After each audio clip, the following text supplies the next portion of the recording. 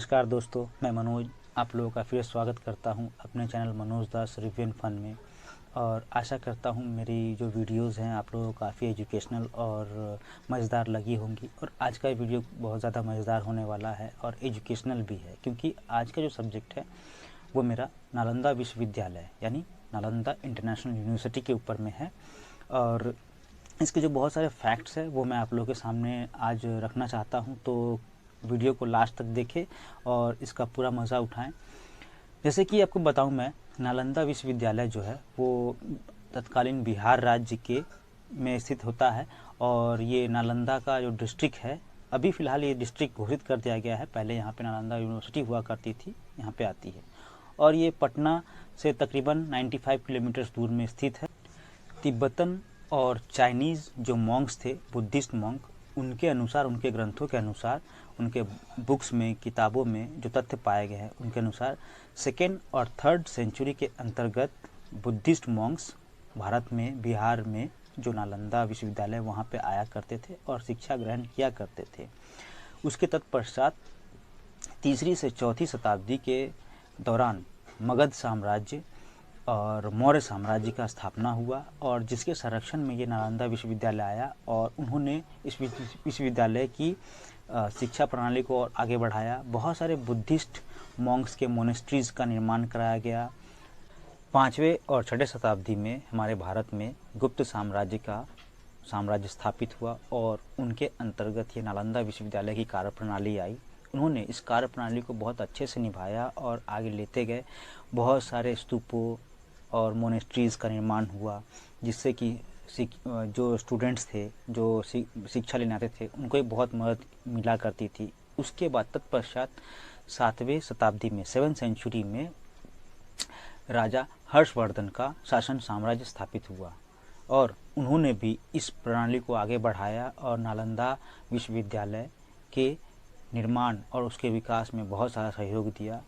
और 7वीं शताब्दी के उपरांत 8वें से 12 शताब्दी तक, 8 to 12 सेंचुरी तक पाला साम्राज्य का राजस्व स्थापित था भारत में। और पाला राजवंश ने हमारे जो नालंदा विश्वविद्यालय की जो कार्य प्रणाली है, शिक्षा प्रणाली है, उसको बहुत आगे तक लेके गए। बहुत ज़्यादा निर्माण, मंदिरों का निर्माण हुआ, स्तूपों का निर्माण हुआ, बहुत सारे खेल मैदानों का निर्माण हुआ, और जो इसे हम लाइब्रेरी कहते हैं, पुस्तकालय, उसका भी निर्माण हुआ। इस तरीके से बहुत सारा विकास होता गया। दोस्तों, यूनेस्को का फुल फॉर्म है United Nations Educational Scientific Cultural Organisation, जिसने कि ये घोषित किया गया है, जिसने कि घोषित किया है कि नालंदा विश्वविद्यालय की जो प्रॉपर्टी है वो अब हेरिटेज प्रॉपर्टी है एक यूनेस्को की। और उसके बाद यहाँ पे ये डिस्क्राइब किया गया, बताया गया है कि यहाँ पे बहुत सारे मोनेस्ट्रीज़ हैं, 8 से ज़्यादा अलग अलग सेपरेट कंपाउंड्स हैं, 10 से ज़्यादा मंदिर्स हैं यहाँ पे, और मेडिटेशन हॉल्स है जो मॉन्क्स के लिए। उसके बाद यहाँ पे क्लासरूम्स हैं, लाइब्रेरीज़ है, म्यूजियम्स है, बहुत बड़ी बड़ी म्यूजियम्स है जिनका कि तथ्य पाया गया है पुस्तकों में, किताबों में। और एक बहुत ही इंटरेस्टिंग फैक्ट आपको बताना चाहूँगा कि नालंदा विश्वविद्यालय वर्ल्ड की फर्स्ट ऐसी फैसिलिटी थी जहाँ पे रहना, खाना और पढ़ाई साथ में हुआ करती थी। यहाँ पे तकरीबन दोस्तों 10,000 से ज़्यादा स्टूडेंट एक साथ रहा करते थे, खाया करते थे, खाना पीना, रहना और पढ़ाई भी किया करते थे। और 2500 टीचर्स से ज़्यादा की रहने की व्यवस्था थी। और यहाँ पे देश विदेश से बहुत सारी जगहों से स्टूडेंट्स पढ़ने आया करते थे। मेनली मैं आपको पॉइंट आउट करना चाहूँगा कि यहाँ पे Korea, China, Tibet, Indonesia, Persia, Turkey, इन सब देशों से स्टूडेंट्स पढ़ने के लिए आया करते थे और शिक्षा ग्रहण करते। दोस्तों, नालंदा विश्वविद्यालय को संस्कृत भाषा में उस वक्त महाविहार कहा जाता था। और नालंदा विश्वविद्यालय के भीतर जो लाइब्रेरी थी उसे धर्मगुंज के नाम से जानते थे, जो संस्कृत भाषा में कहा जाता था। और वहाँ पे कुछ बहुमूल्य वस्तुएं रखी होती थी विश्वविद्यालय के भीतर, जिसे इंग्लिश में हम ट्रेजरी रूम कहते हैं।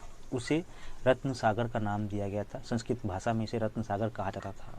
और नालंदा विश्वविद्यालय के भीतर बहुत सारे विषयों की पढ़ाई होती थी, जैसा कि 10,000 से ज़्यादा स्टूडेंट्स रहा करते थे। तो मेनली मैं आप लोगों को कुछ सब्जेक्ट्स बताना चाहूँगा किस विषय पर पढ़ाई होती थी। यहाँ पे Sanskrit, science, astronomy, medicine, logic and mathematics, physics, philosophy, Veda, grammar और सबसे ऊपर मॉन्क्स के लिए योगा की पढ़ाई हुआ करती थी, जिससे वो ध्यान लगाते थे।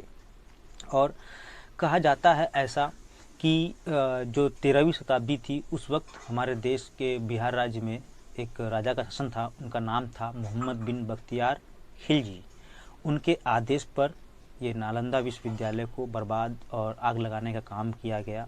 और ये जो तथ्य है, ये 13वीं शताब्दी के तिब्बतन जो मॉन्क्स थे, बुद्धिस्ट मॉन्क, उनके पुस्तकों में तथ्य पाया जाता है कि ये जो राजा थे मोहम्मद बिन बख्तियार खिलजी, इनके आदेश पर इनके जो सैनिक थे, उन्होंने नालंदा विश्वविद्यालय में पहले लूट खसोट मचाया। बहुत सारे ट्रेजरी को लूटा गया, हमारे ख़जाने को, और आग लगा दी गई। बहुत सारे मॉन्क्स को मार भगाया गया।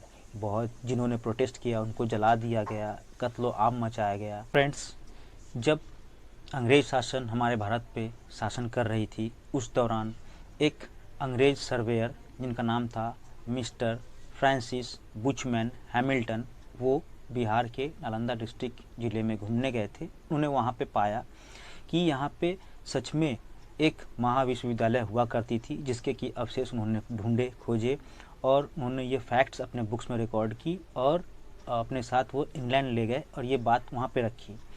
तो अंग्रेज़ों ने इस तथ्य को फिर से खंगालने के लिए 1861 से 1862 के दौरान फिर से एक बार नालंदा विश्वविद्यालय का सर्वे करना उचित समझा, और उन्होंने किया भी।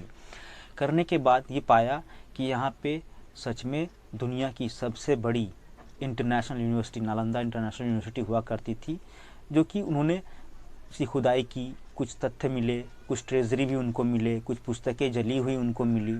इसके बाद जब हमारा भारत आज़ाद हुआ, तो उस दौरान इंडियन सर्वे और एंड आर्कियोलॉजी डिपार्टमेंट ने इस चीज़ को फिर से अपने हिसाब से सर्वे करना चाहा।